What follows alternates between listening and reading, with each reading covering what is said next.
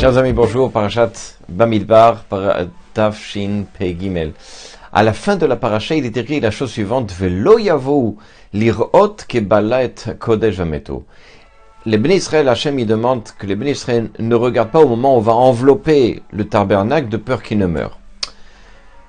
Dans le Midrash Bamidbar Rabbah, il est rapporté la chose suivante: c'est qu'il y avait un grand miracle, puisqu'il fallait bien transporter le tabernacle, et ce sont les Lévim qui transportaient, les Bnei Kehat qui transportaient le tabernacle. Donc comment transporter sans mourir? Alors ils se sont plaints, ils ont dit mais on va mourir, on va là-dedans.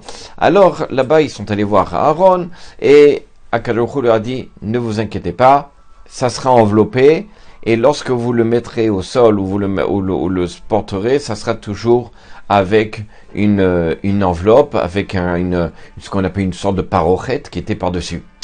Dans le livre Shmuel, c'est rapporté là-bas, lorsque ils ont volé le tabernacle, que une partie des bénis Israël, lorsqu'ils ont vu le tabernacle partir comme ça, ils ont enlevé la parochette pour voir si c'était bien le tabernacle. C'est rapporté que 50 070 hommes sont morts simplement pour avoir vu le tabernacle, le Aaron.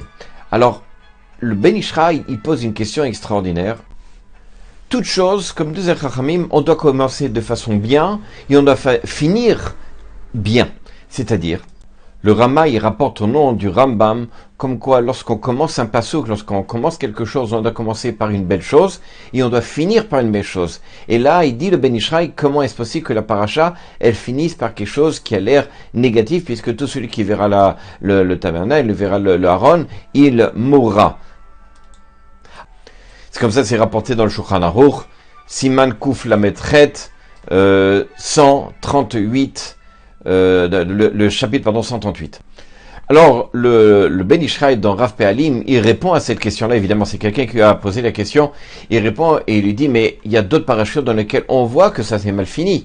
Par exemple, ou en tout cas, c'est négatif. Par exemple, la parachat Lech Lecha, là-bas c'est rapporté que Vayamot Terach Becharan, que Terach il est mort à Haran. Donc on finit sur quelque chose, la mort du père d'Abraham. Dans la parachat de Metzora, il dit un autre exemple, c'est écrit là-bas, c'est fini par Leish Asher Nishka Vim Tameh. Si une personne elle va être proche de quelqu'un qui est impur, etc. Donc on voit que on finit par quelque chose de entre guillemets de négatif. Alors il répond quelque chose d'intéressant. Il dit, étant donné qu'on ne finit pas par ça, puisque celui qui est monté à la Torah, il va faire la bracha après d'être monté, donc Asher Natan Lanu et Torato, etc., etc. Donc celui qui va entendre, il va entendre non pas la dernière phrase de ce qui est écrit dans la Torah, mais il va entendre finalement ce que dit celui qui est monté, c'est-à-dire la bracha. Donc il va entendre quelque chose, il va répondre en plus à quelque chose qui est beau. Parce que, n'oubliez pas, tout celui qui écoute, que Shomer Akeoné, tout celui qui écoute, c'est comme si lui-même il avait dit, donc lorsqu'il va dire Noten à Torah et qui a donné à Torah celui qui va faire la bracha, donc c'est comme si finalement on a fini par un pasouk qui est finalement de la réception et de la Torah.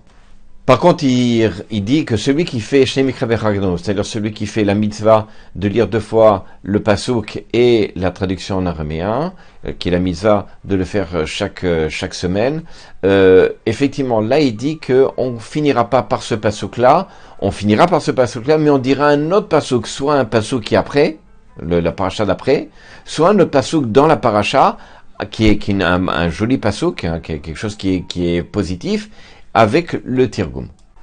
D'ailleurs, on rapporte que le Maran, le Khatam Sofer, il faisait très attention de toujours finir dans ses paroles, dans ses discussions, par toujours quelque chose de positif.